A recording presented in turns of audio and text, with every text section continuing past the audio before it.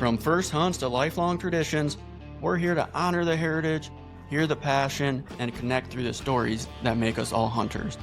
Grab your gear, find your stand, and listen in as we share another journey that shapes a hunter's legacy. This episode is brought to you by Logic Hunt, an app designed for the future of hunting, helping you prepare with purpose and pursue with precision.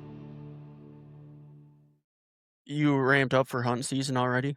Oh, yeah, I cannot wait. Next week, I'll be in Tennessee Friday through Sunday. They have a 3-day velvet hunt down in Tennessee, and my co-host, Dylan Albright, lets me come down and hunt one of his farms close to his home farm for some velvet bucks. Last year, I passed up 3 or 4 smaller bucks. I'm just looking for my first velvet buck. I don't want to shoot a year-old or maybe even a 2-year-old down there. He does tremendous things when it comes to property management, land management on his farms, and I wouldn't want to come down there and shoot some young buck from underneath him. I'm just waiting for that right buck to take while I'm down there. Super excited. Been shooting a bow in the yard every night, trying to get all my film equipment ready. I mean, arrows, broadheads ready. I mean, I'm just trying to get everything ready for 3 days, and then I got to wait till October 1st here in Indiana. What kind of recording equipment do you use? I use a camcorder, actually. I use a Canon XA11 with a 4th arrow camera arm. I have external mic. I use a GoPro Max 360 as a secondary angle. It's been a lot of fun. It's been a journey on that as well. At first, I didn't really know what I was getting into. I just kind of wanted to dip my toes in the water and was using a Sony Handycam for a couple years. Decided this is for me. I enjoy being behind the camera just as much as I do behind my bow. Started the YouTube, kicked that off, got people involved that wanted to do it as well. And I started being behind the camera full time for these guys, trying to get content and put videos together.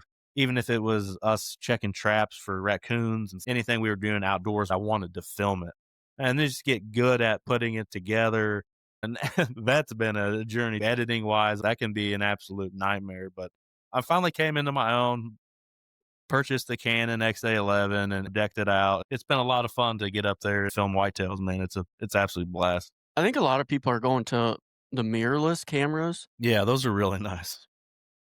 It'd be kind of a pain self-filming because you kind of almost have to have two hands on to zoom. Yeah, that's why I like my camcorder, because my fluid head that comes off of it, I have a remote on there.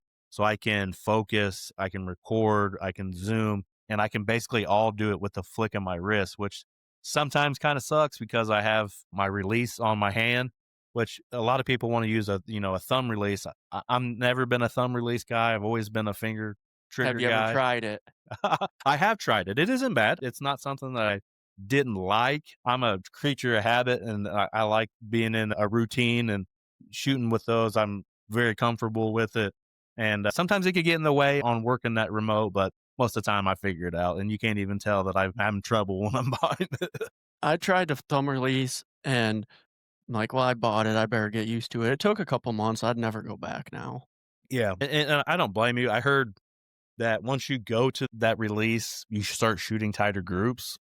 I need to just bite the bullet because it'd be so much easier for me filming, right? I can just put my release on there and then my hands are free to do what I want with the camera, which I got into the saddle game a couple of years ago, which throws another wrench into it, trying to manipulate my camera so it doesn't get in my way when trying to shoot or getting in a position to make a shot, which it kind of screwed me a couple of years ago. I had a buck directly behind me chasing a doe come up out of a creek bed. He was around the 180 mark, and I had him at 40 yards. I just could not get a shot. I wanted that on film. He was an absolute giant, so I wanted to get the whole thing on film, and I just couldn't get the camera directly behind me. Making the shot would have been, I mean, I can shoot directly behind me, but doing all that with a 180-inch deer at 40 yards was a task. So I chose not to make the shot, got the shot like 4 days later, and ended up missing anyway, so it didn't really matter, but it was always fun. That was probably one of the hardest hunts I've ever put together that I dropped on the YouTube channel. Missing a deer of that caliber, I mean, it just makes something that I wanted to puke, to be honest. One of the biggest deer I've ever seen. Would you have shot him if you would have just ditched the camera? Yeah, it would have been close. I had I wouldn't say a small window, but smaller than I would have liked.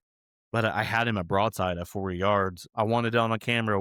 Me and my neighbor, which is basically my best friend, we've been doing this whole thing together, and we've kind of made a pact to each other like, hey, if we're doing this, let's actually do it. Let's get the film, stick to the camera. If you're filming, you got to stick with it, get it done. So, how long have you been hunting, Brett? When did you get started and how did you get started? I got started when I was about 13 years old. Went with my dad and my uncle deer hunting for a few years. I wasn't really a huge fan of it because it interfered with a lot of the sports that I was playing. I was a big sports guy growing up in middle school and high school. I got to a certain point, about that 15 range. I was like, okay, I think I like this hunting stuff better than sports. But I still played sports, but the weekends were dedicated to chasing deer. The first few hunts I went on, I was their cameraman, and they were bow hunting from the ground, bow hunting out of a blind even, and it was fun. I wish I could go back and find those tapes, or I don't even know where they would be, but filming my dad and my uncle back in the day, even loving to be behind the camera then. You said your dad hunted. Yep, he hunted growing up, I'd say probably around the same age, 13, 14 years old. His grandpa had bird dogs. They had German shorthair pointers. They went quail, pheasant hunting, stuff like that, small game, rabbits. My grandpa even had beagles and stuff, rabbit hunting. Then it evolved into deer hunting. And later on, we all got into turkey hunting when I was 14 years old. I actually took my first wild turkey before I did a whitetail, which is a whole passion of mine is wild turkey hunting. All of us learning at the same time was kind of cool because deer hunting, they were giving me tips and tricks and showing me the way. And then when it came to turkey hunting, we were all learning together. So when I started whooping them and showing them how it was done, they didn't like that very much. There you go. So, were you bow hunting right away or did you kind of start with gun? And I started with gun. I shot my first deer when I was 15, shotgun, 12 gauge, smooth bore, and shot a couple does that same season. And then it was about that same time period, 15, 16 years old. I got into bow hunting, and I almost got to the point where I wanted to bow hunt into gun season. There was certain times like Thanksgiving Day with the family getting together, I would still take the gun. But even at a younger age, I loved bow hunting because I loved the challenge. I liked the chess match. That wasn't the chess match that I do now chasing big deer, but it was still a chess match trying to put myself in the right spot to get a shot off with my bow. It can be harder here in central Indiana because it's so flat and wide open. It can be hard to put yourself in that situation. Back then, before I knew how they used the terrain features, back then it was pretty hard for myself because they weren't big bow hunters. They were more gun hunters. They showed me a little bit on the bow stuff, but looking back, they didn't really know much about it either. my dad kind of got me started bow hunting, but he never really bow hunted. Right. He's just That's trying kind to of give same. some fatherly advice. Like, looking back now, he didn't know Yeah. what the hell he was doing. Right. That's kind of what I was thinking too. Looking back, even like when we first started turkey hunting together, they'd be like, well, my buddy at work said to do this and do this. And I'm like, I don't see how that translates to this. And then I'd be like, well, let's try this. And then it'd work. And they'd be like, yeah, my buddy said that too. I'm like, yeah, Whatever, bro. right. Uh, Do you have any pretty good memories of hunting as a kid with your dad? yeah, I'm trying to think. It was honestly one of my first hunts ever. This is way back, and they built stands with wood and stuff. They had wood stands in the woods, and I remember walking up and I'm looking around. I'm like, "Did you put all these apples out here?" He's like, "No, son, we're sitting in an apple tree." I'm like, "Well, that's cheating." I'm just joking with him, really giving him a hard time because it took a lot for him to get me out there. I wasn't an early morning person, being 13 years old and having football and baseball and basketball all the time. But when I got up there, I was like, man, I really love the peace and tranquility of being up here and just the quietness and seeing the animals and finally starting to see deer. I think it was probably one of those first hunts that really kicked my passion for hunting. Did you get a lot of opportunities at harvesting deer when you were little? Yeah, I shot a lot of does back then. There's stages you go through as a hunter. When you're young, you just want to go out there and get one. So does were in big trouble back then. And we loved eating it. So it wasn't my dad didn't care that. And back then in Indiana for a youth hunter, my license was like $7 and I could shoot whatever the bag limit was per doe in that county. So I mean it wasn't nothing for me to shoot 3 or 4 does a year. How long did it take you to kill your first buck with a bow? With a bow, let's see. I think I was Took me a couple years. When I first started bow hunting, when I was like 15, and I think it was more like the 17 range when I killed my first buck. Wasn't anything special, but a basket rack basically. Did you start off with a pretty cool bow when you started, or is it just something off the Cabela's shelf? No, I started with something very unique. My first bow was an Oneida Screaming Eagle. Super, like one of the first compound bows to ever come out. There wasn't let off. Like if you're holding it back, it was 100% the poundage that you were holding back, which was really hard being a scrawny kid back in the day. And then my dad bought me a PSC Deer Hunter, was my first nice bow. And then I graduated into getting some nicer bows when I got into college and got out of college and started making some good money, was able to buy myself some nicer equipment. I think the first bow I had, the cams were about the size of a Gatorade lid. That's how that PSE Deer Hunter was. It had the little wheels on it. It was a great bow at the time. We're talking like 2004, somewhere right in there. It was a $200 bow at the time. And then when I got into college, I actually used some of the money from like my graduation party in high school and bought a Matthews Monster at the time. I graduated high school in '08, and it was like the fastest bow on the market at the time. I actually shot that bow all the way up till, I mean, I had a few bows here and there, like target bows and stuff like that, just messing around. But I just recently got a newer bow. I shot that Matthews for a long time. I put a ton of strings on it, but just the confidence I had in that bow was unbelievable. This deer behind me, I shot in 2022 at 47 yards. He ran like 15 yards and just piled up.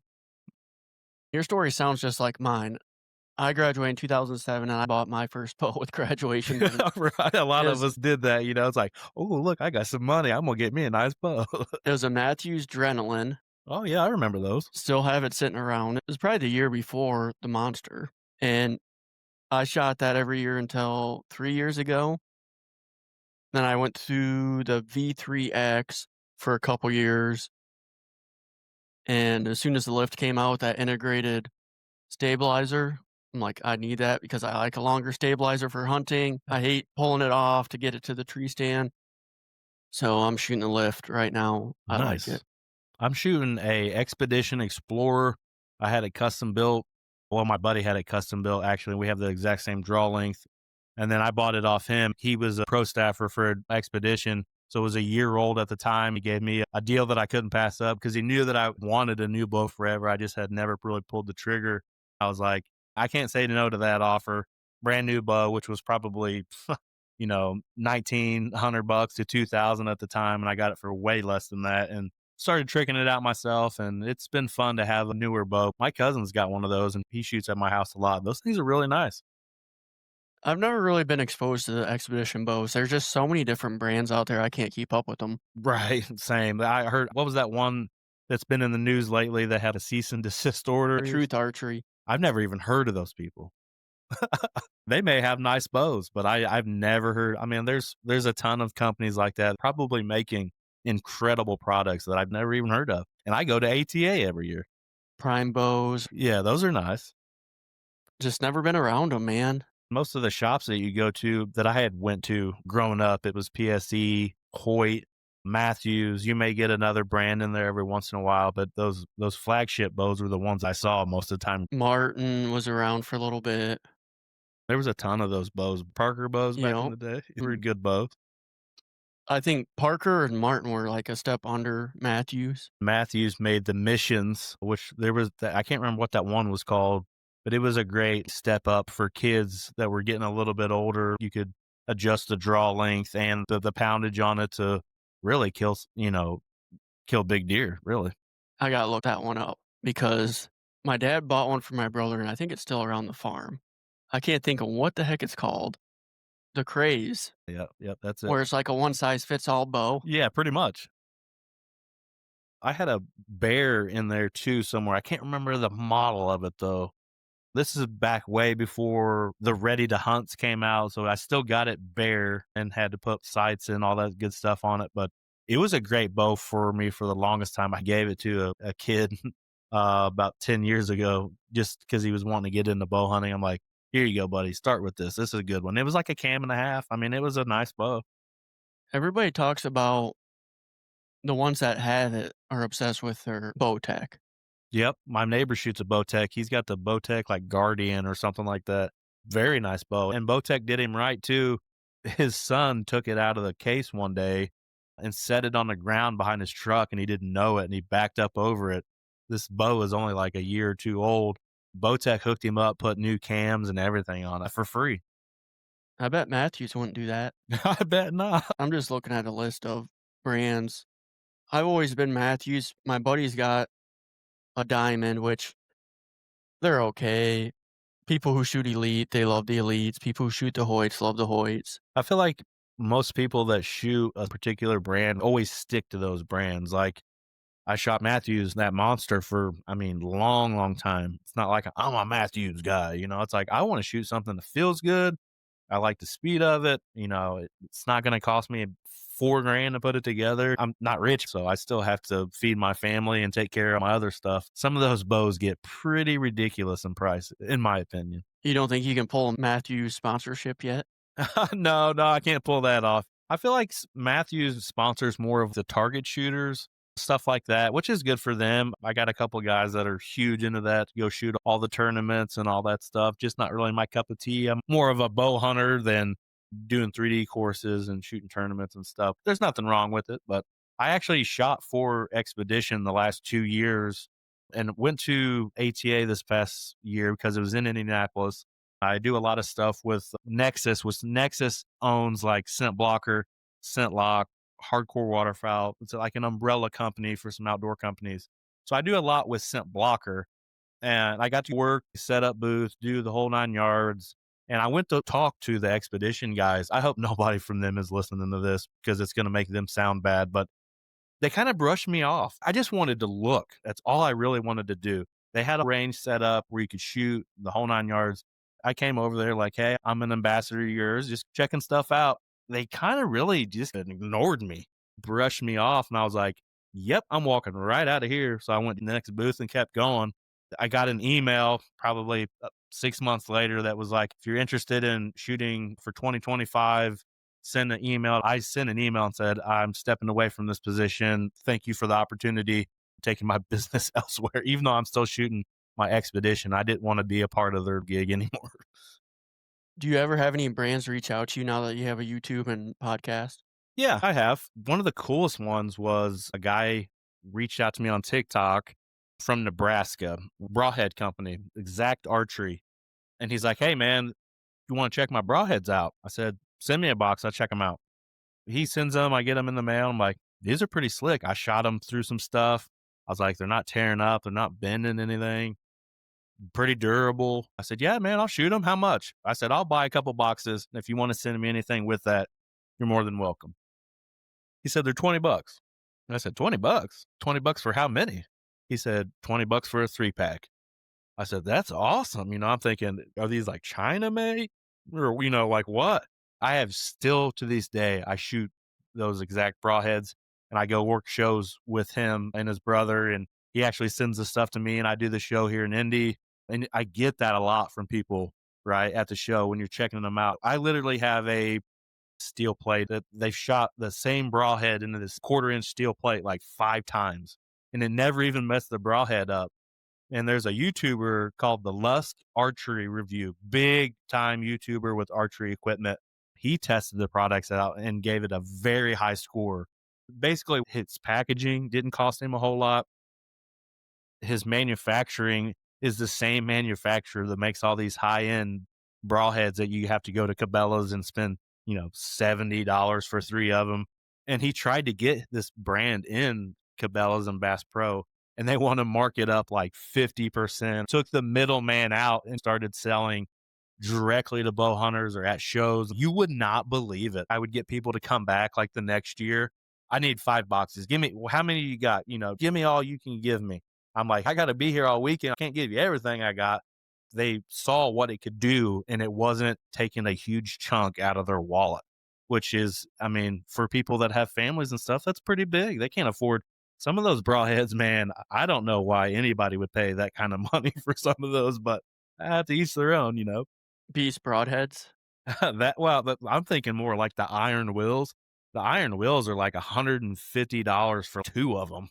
What? Look iron wheels up and look, I may be exaggerating just a tad bit on the price, but compared to buying a 3-pack for $20, you know what I mean? He expanded, started making some different ones. He has 4-blade and 3-blade. I like the 4-blade, but the 3-blade has some good reviews as well.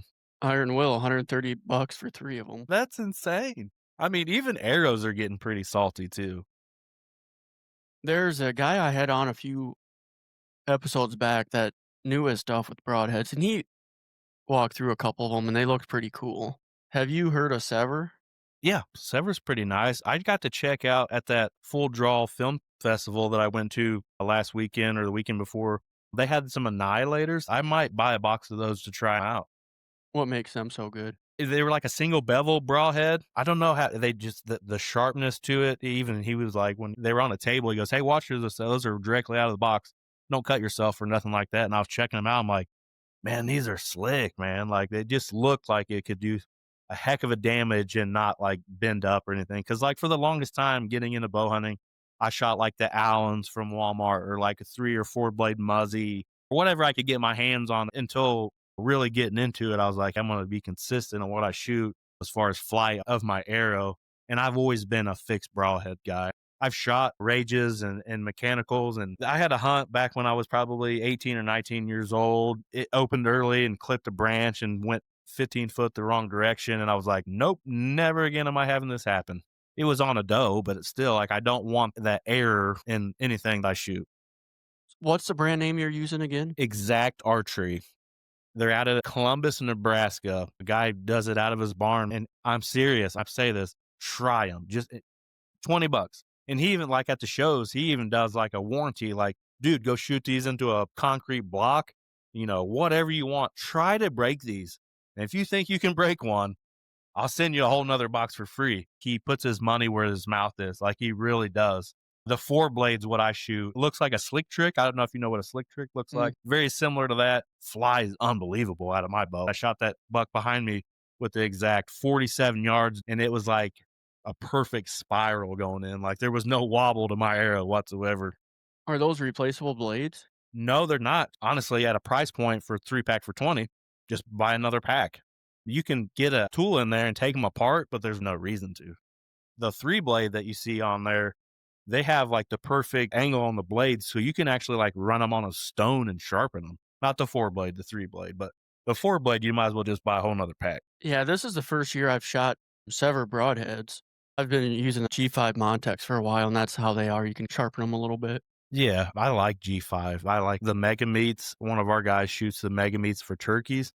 And dude, he laid this one bird wide open. I was like, I am highly impressed by that broadhead. Expandable? Yes, it is.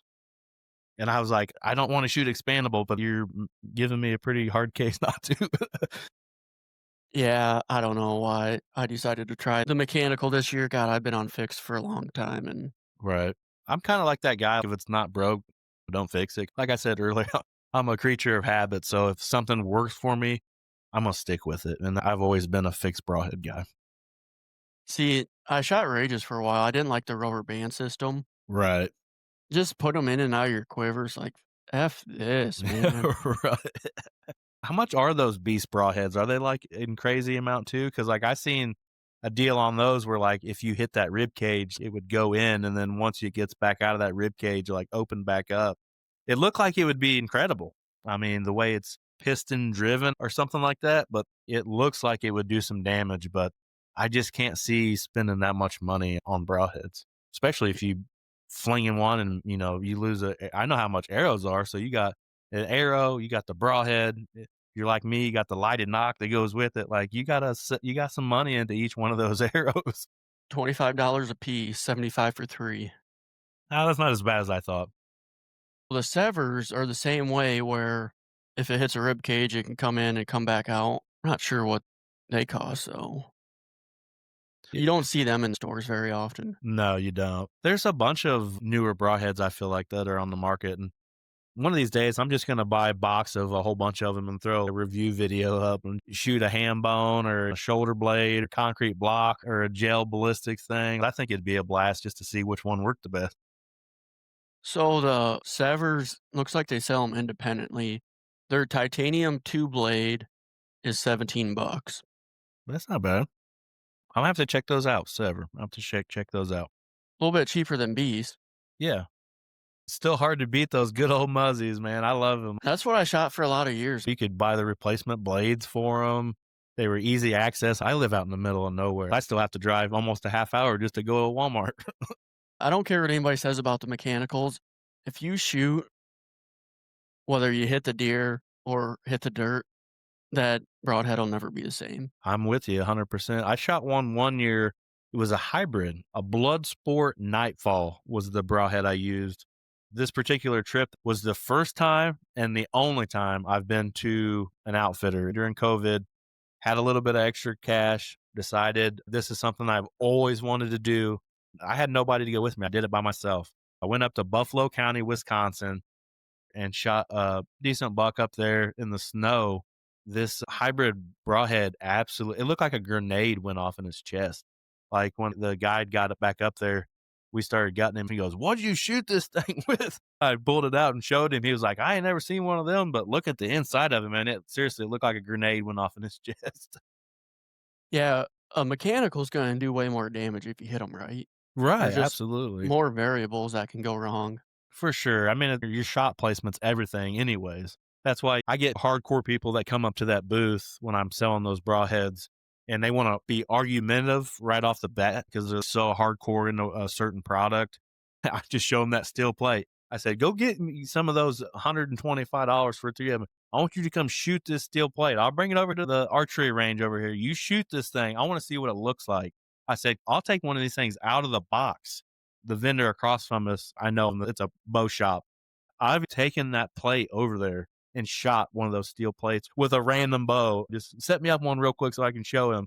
And these people were like, "Oh my God, it didn't even blunt the tip of it." I'm telling you, man, German steel. I know some people get hung up on made in America, which I would support anything that was made in America. But a lot of these top end broadhead companies, they are not made in America. They're coming from Germany too. Yeah, those beast broadheads look pretty good. I just don't trust those guys. I've never really been a huge fan of theirs. Not that they don't have great things going on. I don't even really consume their content, to be honest with you. They may post a TikTok or whatever, and I just go read the comments because people are ripping them. They'll never live that whole Kansas thing down. I think they owe a lot of people money. Don't doubt that at all. I was seeing something on TikTok. A lot of their bodybuilding supplements are always out of stock.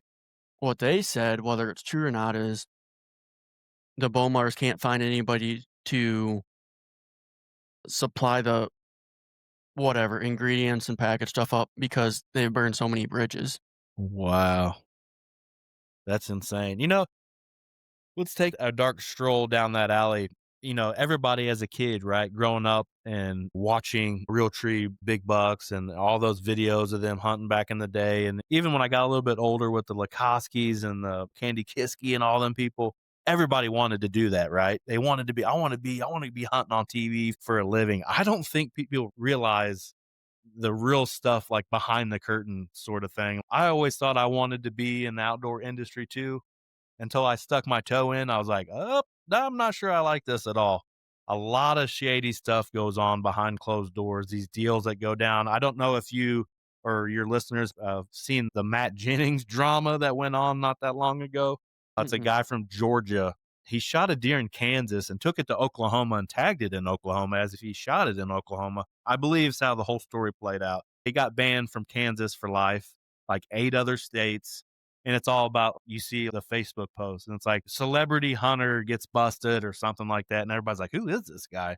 Well, I've actually had a lot of interactions with this particular person.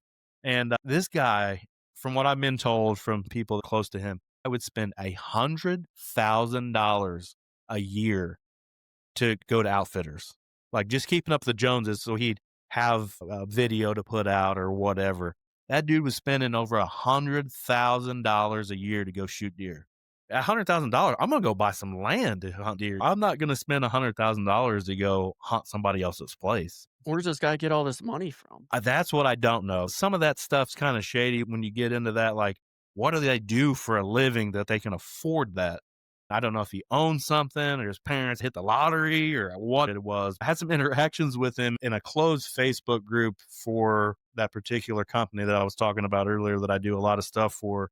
He posted one of his videos and it was him shooting this buck at 125 yards with a bow. Nobody would comment on it. I thought, I'm going to be that guy tonight. I commented on it. Why did you try to shoot a deer at 125 yards with a bow? I feel like that's extremely reckless. There's no way you could put your pin on something at 125 yards. I mean, that's highly reckless. A moose, maybe. Or an elk, maybe, not a whitetail. You know what I mean? I just get really bad vibes from people that are into it that deep. Most of them burn a lot of bridges, like you were saying about the Bomars. I just feel like it's not what you think it is. A lot of their hunts are reshot. They shot that an hour after he already shot the deer because the deer came in and he grabbed his bow and shot it. It's not like he caught it all on film. You know what I mean? I used to be big in those hunting shows, the Outdoor Channel. I always had to have it. God, I haven't watched a hunting show in a long time. For sure. It definitely took that turn to the digital side, to the YouTube, the Carbon TV, the digital platforms, which I think was good for it a little bit because the whole outdoor channel thing was just a money grab. Like those people that had shows, most of the time they had to have so much money and backing to have a show. So it was all about money. And when you get into all about money, I think you lose the real respect for the animal. I feel like you lose a lot of why you're even hunting in the first place. It turns into more of a job and you're faking a lot of stuff compared to your true passion out there shooting deer. Most of those places only do so many hunters per year. And a lot of those same hunters come back the next year. The particular place I went, they only took like 20 people for the year. I booked it in April or May, and my hunt wasn't until late October. I was one of the last people to get a spot. They actually had another thing too, where you paid like 5 grand and you could come whenever you wanted to. I wish it was 5 grand still. I may do it because there was some giants up there, but it was like that. I contacted them through their contact information. Like I did some homework on some places, asked some people that had been up in the area before and found some contact information and called like, do you have any spots available? And he's like, actually, I have like 2 spots available. He goes, but I just got off the phone with somebody that's potentially already going to take one. I don't know if that was a business strategy to get me to be like, oh, I want it, you know, but like I ended up booking like a week later and he said I was the last person to get a spot.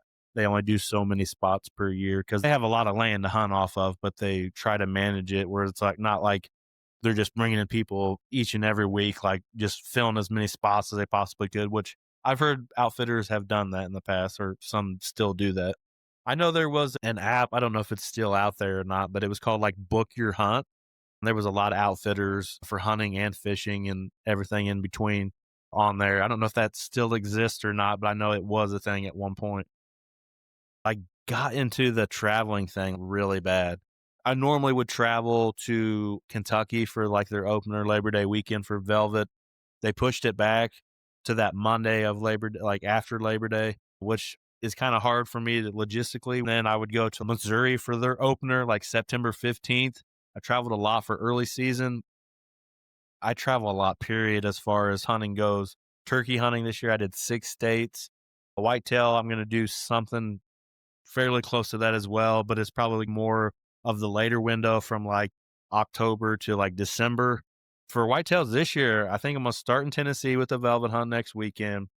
I have 168 acres in private in Kentucky, but I'm not sure if I'm going to hit that this year because when you travel like that, your costs go way up for your tags, your travel, your lodging to places that you can stay. I even have kind of a setup where I sleep in the back of the truck. Kentucky archery tag is like 425 or something like that now.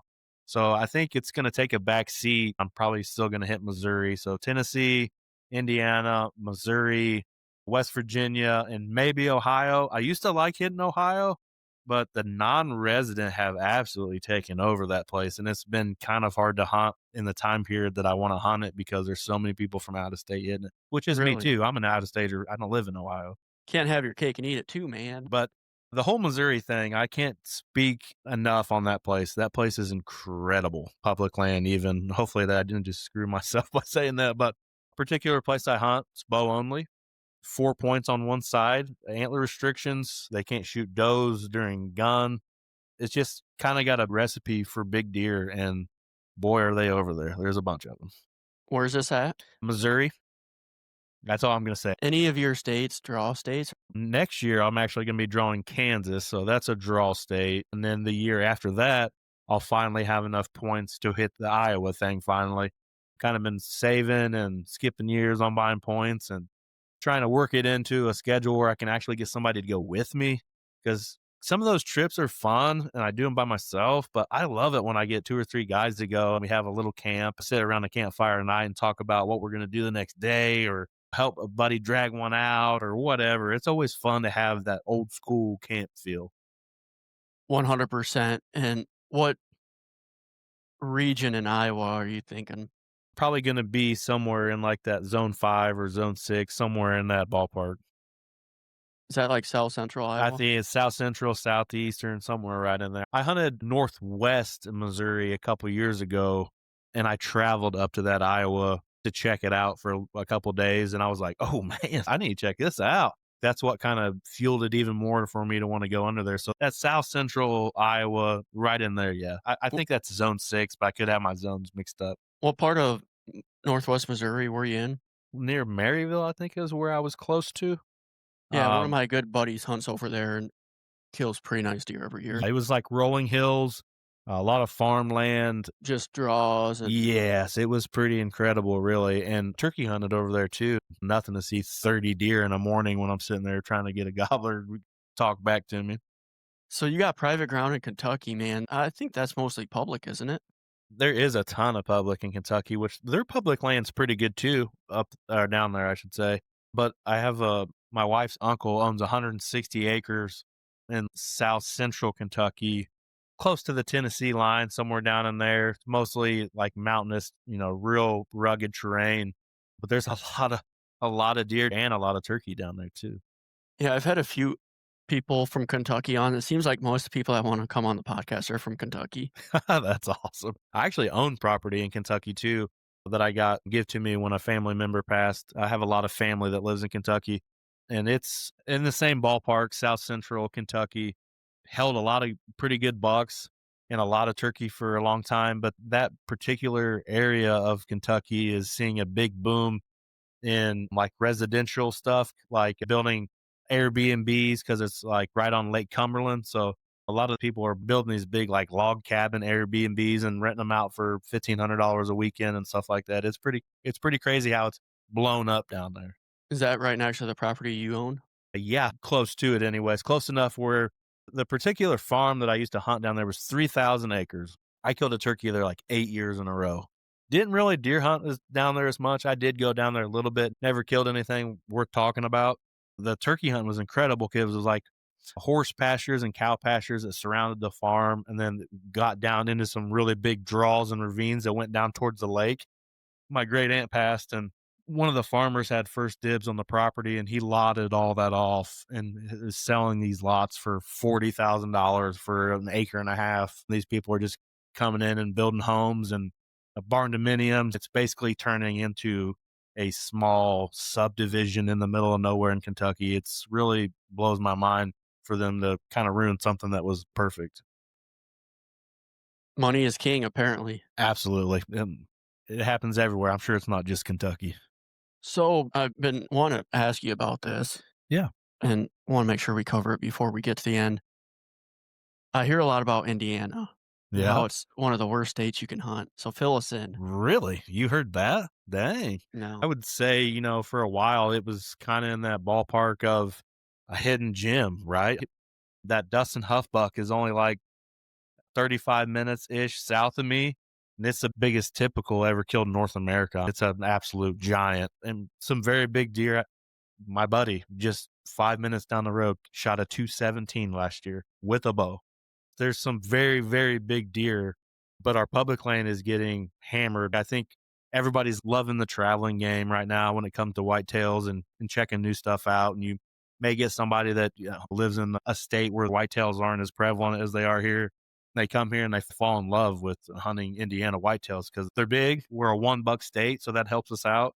Indiana, I feel like, should be in the category of an Illinois and Ohio. We're smack dab right in the middle of them, right? we have just as big as deer, if not bigger than those two states. Ohio's getting hit hard. Illinois is not as bad as Indiana and Ohio just because of the price tag of those tags, but I think Indiana's a good state to deer hunt in. If I were to choose one of those 3 states, it wouldn't be Ohio or Illinois, I can tell you that. What do you think contributes to Indiana getting bigger deer? I think it has to do with that 1 buck rule, right? Technically, you could kill more than 1 buck if you went on state park hunts, military refuge hunts, and a few other things like that. We have city limit bucks, but we have like a rule or whatever, a city limit like zones, like in Indianapolis area, and then like the Fort Wayne, Northeast Indiana, where you can shoot one prior to even regular bow season. It actually comes in almost like 30 days prior to our actual bow season, but it's a earn a buck. You have to shoot a doe in those zones, and then you can shoot a buck, but it's all based off of the highways. It's basically all that land is connected to major highways. I would say the 1 buck rule, like if you're able to shoot multiple bucks in the state and people are doing that, your age class is going to suffer quite a bit. I just had this conversation on another podcast the other night. That age class, like I've seen 2-year olds on some of these farms that I hunt. You can just tell they're going to be absolute. They're already hitting the 125 to 135 range as a 2-year old, and they hit that 3-year old and it's like, wow. Most of those other states that don't have something like that, those bucks never reach their full potential because they're getting shot at 2 years old. The 1 buck rule would have been my answer just from what I heard. Yeah. I think if you would combine Iowa and Indiana's rules, you'd have some killer bucks because Iowa, if you're a landowner, you can kill 3 bucks. Wow. That's So crazy. you can kill one with a gun. If you choose to, you can kill an additional with archery. And if you have land or lease land, you can get an any sex tag. That's wild. We Just also have really strict draw right. restrictions. Absolutely. For sure. And I think more states are going to get into that, right? Because they want the quality of their deer to stay the same, but they still want the money that comes in from out of state.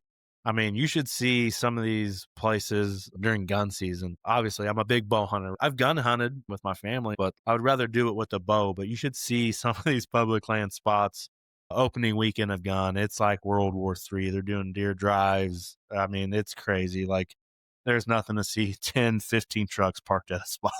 It's pretty wild. Luckily, you can't really do the out of state party hunting in Iowa, but what is the sequence of seasons in Indiana just to compare to Iowa? Our archery season comes in October 1st and goes to like January 3rd. It never goes out. Our gun season is only 2 weeks, 3 weekends. There's a week break in between that, and then it goes into muzzleloader. And I think our muzzleloader is like 2 weeks long or something like that. So you can basically hunt with a gun from the third weekend in November into the second weekend in December, going from a rifle shotgun into that muzzleloader season. The whole time throughout that, you can use a bow as well. I wish they would kick it down a little bit, push that gun season back, like maybe like the first week in December, if you want to just run like 3 weeks in December or something like that. Our gun opener is in the dead peak of our rut. I don't understand the thought process behind that. It's been that way as long as I can remember. I would really wish it would get cut down a little bit. That's just me being a bow hunter. I know there's a lot of people out there that don't bow hunt and only want to gun hunt, and if they only get to do it for 2 weeks out of the year, that's not fair to them either. But I see, places like Iowa and Illinois has got a broke up gun season, 2 or 3 days here and there. I kind of like that too, sort of. But I also don't like so many different broke up seasons that it's hard to keep track of, especially when I travel as much as I do, trying to figure out the laws and regulations of 6 different states as I'm going can be pretty tough. I'd say I like it where it's at. I just wish our gun season was a little shorter. Iowa, October 1st. Then there's a really limited early muzzleloader, like October 10th through 17th. They limit the number of tags. They're pretty hard to get. And then Shotgun 1 is the first weekend of December, and that goes for 5 days, and then it's off for 2 days. Shotgun 2 is 7 or 8 days, and once that's done, late muzzleloader and archery open up again until January 10th. I like going late season because everything's wide open, it's tough to sneak Yeah. up to the woods when you can see all the way through it, right? Right. Yeah. With the foliage gone, it's hard to sneak up on anything. So the Indiana DNR, are they doing a pretty good job there then? On certain things, yeah, but certain things are head scratchers. I'm sure every DNR is like that. New thing for Indiana this year is they made it where you can use drones to recover a deer, and then they changed the laws on rifle cartridges. So basically, you could hunt deer with a 223, which is a head scratcher in my opinion. But then they also made it we've never been able to use rifle on public land. It's only been shotgun muzzleloader only. So you can now use these rifles on public land, which I just don't understand. Most of our land being as flat as it is, it's really only about half. So you have like that center line of where Indy is and I-70 run across Indiana. From there up is flat. From that line down is when you really start getting into those big ridges and big wood stuff. Down there, I don't see it as being much of a problem, but where I am is a huge problem. But what I'm thinking is with this drone thing, who's to say that he didn't fly it over that field and see the deer and then go shoot it and then use the drone to recover it? They would have no idea that the person did that. Not that I have anything against drones, but they put that wordage in there that's just for the recovery of deer, which I don't know, man. I could be not the same mindset as some people, but I feel like we need to get away from some of that technology stuff. I am 100% with you because there's 0 reason for a drone to be flying over a property during hunting season. I completely agree. If you know for sure that they're just going to recover a deer, great, but I guarantee you 90% of the time they're doing extracurricular activities with those drones. I've seen a lot of people use drones around here for stuff that people don't even realize. They got these real big drones around here and they spray the crops with them. Normally, you would see a plane hit it or whatever. They're using these big drones with tanks on them with the pesticides and all that stuff. It's pretty wild what they can do with these drones. But like you said, there's somebody out there using it the wrong way, and more people would catch on, especially if you can use it. Who's to say they don't do it at night with a thermal drone and then use a night scope on that 223 they can legally use now and drop him at 500? Or I wouldn't say 500 yards. I'm being exaggerating a little bit, but you reach out there and poke one at night and nobody even know what happened. There's going to be a day where stuff gets cracked down on, and that's going to be number one, and cell cameras are going to be number two. For sure, and I have a love-hate relationship with the whole cell cam things. I do use them, but you remember back in the day when we first got hunting, that thrill of not knowing what you were gonna see? I think that needs to come back. You go out there and you shoot a 130 and you didn't know there was a 190 running around. That sucks. You're only allowed 1 buck here. It would just take you back into that time of not knowing what you're gonna see, and I think would bring a little bit more fun back into it. You should listen to this episode with Gabe last week. I would almost bet the size class of deer has gone down since trail cameras. I could probably get on with that. So if you have a big buck showing up in your property, how many of the neighbors do you think have pictures of them too? I actually had a conversation with one of the neighboring property guys earlier today. I had a guy walking in front of my trail camera today, a Hispanic guy. You could read the back of his shirt, looked like he worked for some kind of lawn care or tree cutting service. So I send that guy that picture because 40 yards down around this corner, he's got a stand and a camera there. I know it's there. He knows that I know it's there. We talk quite a bit. And he goes, "Yeah, I just got that guy." He goes, "I'm going to go check it out." And it was a guy working for a tree service. A couple trees were down on top of the crop, so they went in to cut them up or whatever. But we got to talking, and he sent me a picture. He said, "You seen this one yet?" I said, "Yeah, I seen that one." I said, "Thank you for sending it to me and kind of giving me a heads up on it, but I do have pictures of that deer too." He said, "Yeah, we're all gunning for this deer." I said, "Yeah, me too." Back in the day, I remember the first trail cameras we had. You had to get the pictures developed at 24-hour photo place. Age class would definitely be incredible because, like, where I go in Missouri, you can't use trail cameras, period, on public land where I go. You can't use them at all. So when I go over there, it's not like I can even use them to help myself out the week that I'm there, 5 days or whatever. It's got to have 4 points on one side, and it's got to be a pretty decent buck for me to pull my bow back. So this example you're talking about, What are the chances that either one of you would have known that buck was there without cameras? We'd had no idea because he's using the corn. The particular place I have this camera set up is a transition. We have a lot of fence rows too. You guys probably have a lot of fence rows where you're at on the ag stuff. And there's like a 20-yard gap in this fence row, big trees on each side. It's almost like a gate in this fence row. And it's just a transition from the crops into bedding. I put one there every year, put a camera there every year, and it usually helps me out tremendously on things that I'm seeing. But all the pictures I have of this deer and most of the deer I'm seeing are on the corn side. They're not even coming into the bedding. They're just skirting the edge of the bedding. Some of them are like weaving in and out of the corn stalks, but most of them are like right on that edge. And it's very thick. Sometimes when I get a picture, I can't even really see what it is because it's so thick right there.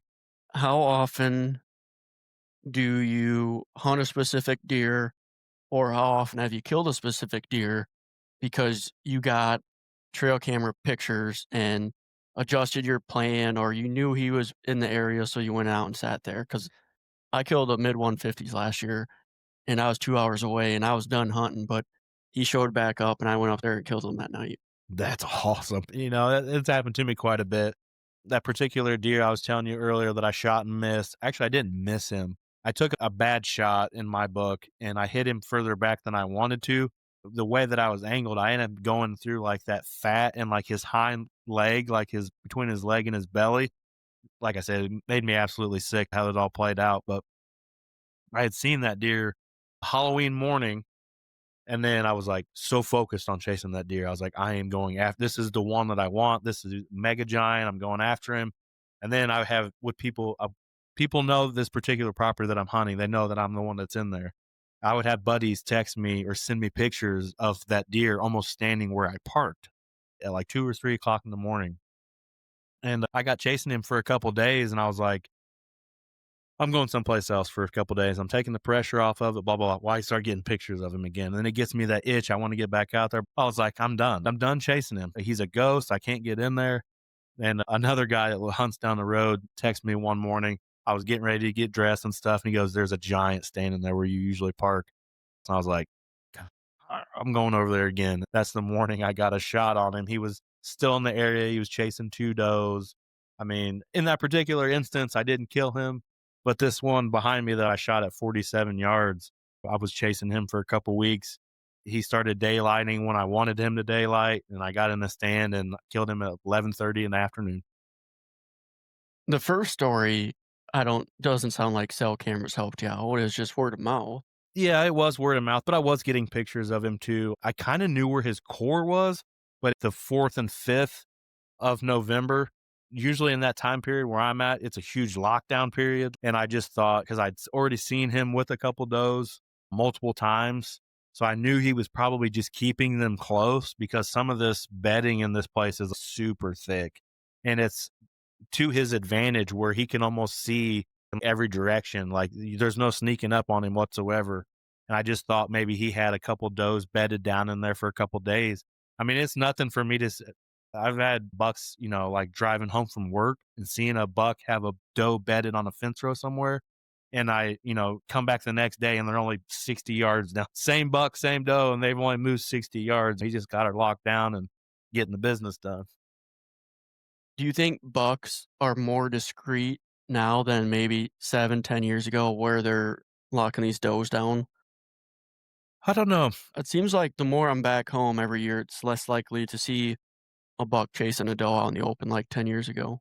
Yeah, that's true too. Yeah, I would say you're probably right on that. Back when I first started hunting, it was nothing to see bucks during that time period, see one or two every day chasing around in the open fields or a cut cornfield. Now I don't see that as much. I mean, I'll do all day sits, and most of the movement I see during that rut time period is from like 11 to 3.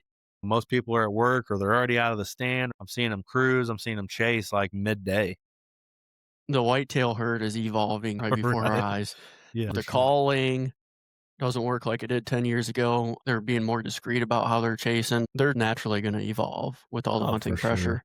Absolutely. And with their habitat, they lose more habitat as the day goes on. I feel like with people building houses and farmers selling land. I'm an hour from Indy, but on my way driving to Indy. It's all cornfields, it's all that stuff. And that eastern side of Marion County, which is where Indianapolis is located, used to be all ag. This particular exit that I'm thinking of off I-70, all the farmers sold all their land, and now it's like Amazon warehouses, all these warehouses for Walmart and stuff like that. And it's totally killed the habitat. There used to be a ton of waterfowl in the area because it was just south of a bigger lake that we have here. You would see 2 or 3 thousand Canadians in a cut cornfield. Now I hardly see them in big numbers like I did there, but they're in all those retention ponds on those warehouses and just stacked up. It's changing pretty fast. It's not good for hunters. It's almost impossible anymore to find a place to hunt here. I knock on doors a lot, try to get permission, and somebody's already hunting it, or somebody's grandson's in there, or whatever, where it's leased out for ungodly amount of money. Everybody's hitting the public harder than they ever have. I feel like it's getting pretty tough out there. If you asked 20 landowners if you could hunt, how many do you think would give you permission? One. That's kind of what I'm thinking, one out of every 20. Yeah.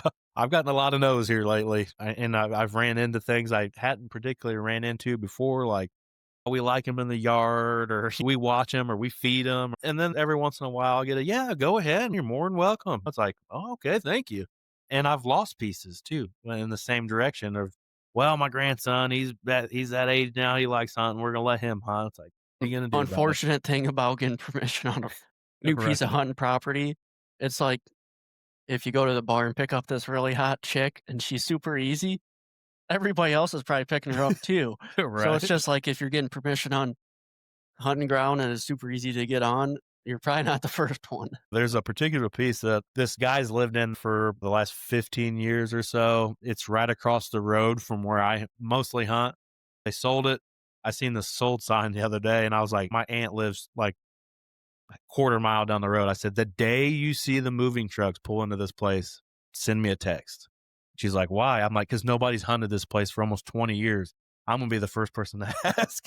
Can I lease it for a year? Or can we do something where it's just me? If I can get in this place, I guarantee you this year, I'm going to have a shot at shooting an absolute giant because they've used the backside of this. It's 35 acres, and they've used the backside of it for the last 15 years and zero pressure. You're gonna pull up, the moving trucks are gonna be there, and you're gonna see him get out of the truck, and they're just like, "Oh my god, he's got a bow and arrow in his hand." Yeah, Son he's of a carrying a deer head out of the truck or something. Well, just stopping in to say hi. How's it going? Just want to introduce myself. Sorry for bothering you. The best thing I've found when asking people for permission is when they say no, most people probably like, "No, thanks for your time," and walk away. If you just hang out with them and make it shown that you're not just making it transactional, try to build a relationship a little bit, sometimes they'll come around. Well, absolutely. And I would be open to, hey, you need somebody to mow the yard. I'll mow the yard. You know, you need somebody to get the eggs from the chicken coop. I'll do that. I'll scoop pig pens out. I don't care. Just let me be able to hunt somewhere. I'll put the sweat equity into it. Before we wrap this up, gotta hear some embarrassing stories from your Brett. Oh, boy. Oh, let's see. I got one in particular. It's very embarrassing because it happened last year, actually. Last year, I got that new bow. I've never had the stabilizer that has an offset to it. I've always had just a straight stabilizer on my bow. Got it out of the case. Me and a buddy went to this particular piece just to shoot a doe. It was like the first week of season. He's like, hey, let's go get a doe on film. Let's have some fun. You know, it's finally hunting season. Let's do it. I'm like, awesome. I got this brand new bow, brand new arrows. I'm ready to rip one. We get up there and here come, I don't know, 6 or 7 deer and had them at like 20 yards and pull back and flat. And he goes, oh man, you smoked her. My face was probably beat red. I said, I didn't hit her. He goes, dude, you smoked her. I heard it. I said, look in that tree right there. He goes, how did you shoot the tree? I said, I had no idea what happened. And I started looking around and that offset was touching my bowstring. And it literally like made a bald spot in my in my string. But where What? I'd put it in the case that the offset had came down and was touching my string. And I'm not used to that. So I just got up there and put my quiver on, arrow knocked. I never looked at the offset. The offset was touching my bowstring. You're talking about the rear stabilizer? Yeah. I'll have to keep an eye open for that. Yes, please do, because you can ruin a hunt real quick. And a string, let me just tell you. Did you end up replacing the string? Yeah, absolutely. I didn't want that thing to explode on me or something. It literally left a bald spot in the string. Could have been a lot worse. Could have been a big buck. My buddy that was filming me that particular day is the guy that gives me a hard time a lot and brings it up a lot because he had it on video and everything. So like every time we talk about, bow hunting, he's like, "Oh yeah, when Brett shot that big tree," he's always bringing it up and making it even worse than it already is. Well, he should have had better eyes on where the arrow hit than you. Right. He was actually just looking at the screen on the camcorder and making sure the deer was in focus. When I shot, he wasn't really even looking up at the deer. He was looking at that little screen. He goes, "I could have swore you smoked it. It took off running through the corn." I'm like, "No, my arrow's 12 foot off the ground." In that Did you know tree. right away? Yes, I knew something wasn't right. I have lighted nocks, so it was just like flat right into the. It shot 6 foot to the left. I put it right where it needed. I've shot a lot of deer with the bow, and I've never had anything like that happen before. And I knew almost immediately that something was wrong. I could almost feel it when I shot, like the vibration off of it or something. Were you always using the rear stabilizer or first time? No, that was my first time ever having anything like that. I usually just run a straight stabilizer. I've never had like that 2-piece with I call it an offset, but rear stabilizer or whatever. Was it just not tight or something? I guess not. Like I said, it's my first time ever having something like that. I guess, I don't know, very embarrassing. I consider myself a diehard bow hunter. I bet that won't happen again. Absolutely not. I took the rear stabilizer off. It's just a straight piece now. Oh, is it? It's Oh, completely yeah. off now. I'm never putting it back on there again. How long a stabilizer do you run on the front? I don't even know exactly the length on that. I would say, I don't know, 10 inches or so, something like that. So just long enough where it can be kind of hard to get in the bow case or something? Yes, and that particular with that rear on there, you almost have to push it down to get the bow flat. I use a soft case most of the time. I have a rear stabilizer. I don't know if I have it set up right or not. I gotcha. Yeah, it's definitely something that I don't really want to mess with anymore, to be honest. Just like broadheads, man. Yeah, same. All right, man. It's been a lot of fun. We'll definitely have to stay in touch. Yeah, absolutely. And if you ever get out, I know you're coming out here for work, but if you ever get in the area and you're doing some hunting or something, maybe we can hook up and I can film you. Might be a couple years with all the grind and stuff I got starting this company and whatnot, but hopefully someday I can start doing some more traveling. Yeah, that's cool, man. I appreciate you having me on for sure. All right. Take care, buddy. Yeah, thank you. Thanks again for joining us on another episode of A Hunter's Legacy. Remember, hunting isn't just about the harvest. It's about the journey and the legacy we all leave behind. Be sure to subscribe, leave a review, and share this podcast with all the other hunters in your life. And if you have a story to tell, we'd love to hear it, because every hunter has a legacy worth sharing.